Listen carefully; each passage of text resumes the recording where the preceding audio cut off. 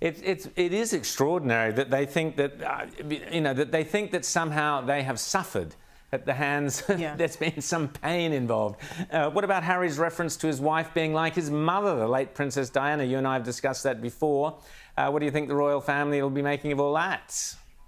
I mean, I think it's a complete insult. I think one of the differences, and I'm sure Harry and Meghan don't know this because they're completely stuck in their own self-absorbed bubble, is that Princess Diana turned a very negative situation where, she suffered infidelity in her own marriage and all the negative media attention. She turned it into something positive. She directed her energy towards positive causes. She wasn't interested in exploiting herself and her life and all the sort of woe is me tales, which she actually could have done, and people would have really related to her because that's a horrible thing to go through.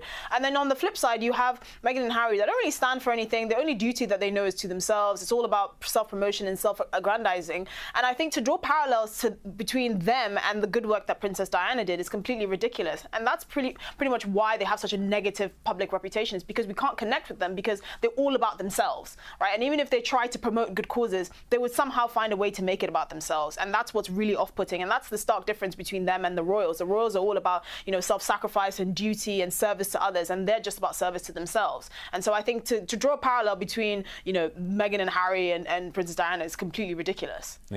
Let's just have another quick look at another grab from this while we're here. We may as well.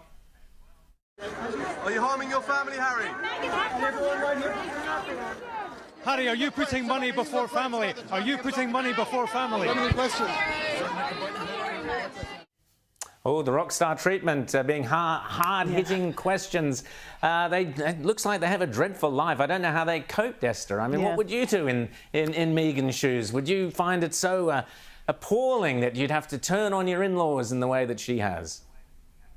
I mean, I would level more of the blame at Prince Harry, because at the end of the day, sort of the royal family is not Meghan's family. She didn't grow up with them. I mean, looking at sort of her own relationship with her family, I don't think it's surprising that she's found it easier to distance herself from her in-laws and ostracize herself in this way. But it's more Prince Harry, because this is the family that you grew up with. This is the only family that you've known. And the Sky News reporter asked perfectly, are you putting money before family? And he's objectively doing that, because at the end of the day, blood is thicker than water. And even though we see the sort of media circus that is the royal family, at the core of it, it's still a family, and there's still people at the heart of it, and there's still relationships that need to be maintained.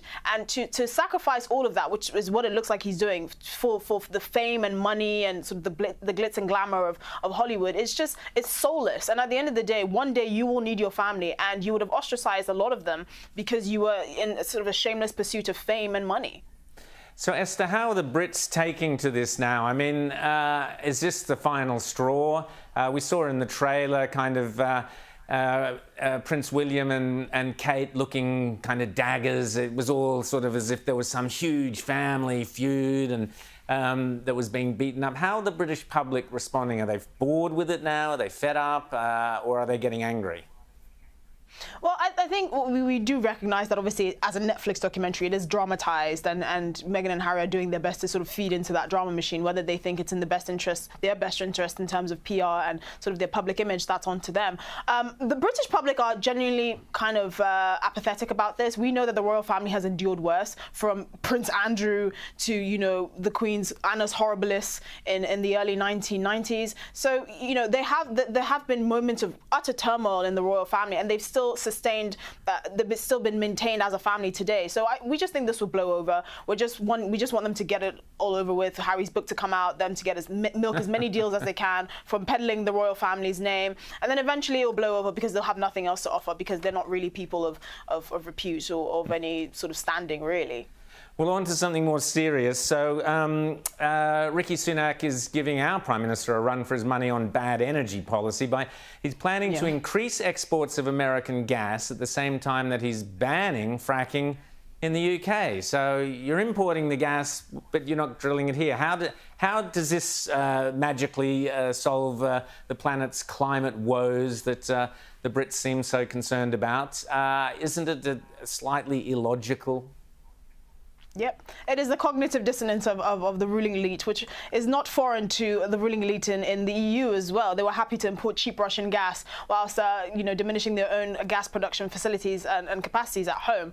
What does worry me about this, other than the fact that it just adds to the continuous mismanagement of this country's energy policy, which dates back to well over a decade, is the fact that you are happy to ban fracking here for no reason, right? It's not like there was a massive movement to ban fracking. They said that they would allow fracking if it had community support, which was unlikely anyway. So to go the step further to then ban it is really making a statement. But now you're ordering 10 billion cubic meters of gas from the US. Insane. And it's just insane. But it's also that, the Conservatives kind of lose themselves in this debate. But it's important to point out how much will this cost, right? Because if you're ordering that set amount, commodity prices move up and down. The supply in the US gas is so inconsistent, and because of Biden's policy to actually suppress the production of oil and gas and to limit new licenses being issued, it just means that the price is going to be pushed up. And because we've actually guaranteed this set amount of gas, we're going to be paying a higher premium because the supply will be inconsistent. And that's something that many people in the industry have recognized. So we're actually paying a much bigger premium for gas that we should have been, fracking on our own territory over a decade ago. And this is why the EU hasn't yet done that. They're looking for gas in different parts of the world, like Algeria. Biden himself is lifting restrictions and sanctions on Venezuela, Esther, which is a lovely dictatorship. I got to jump in there, Esther.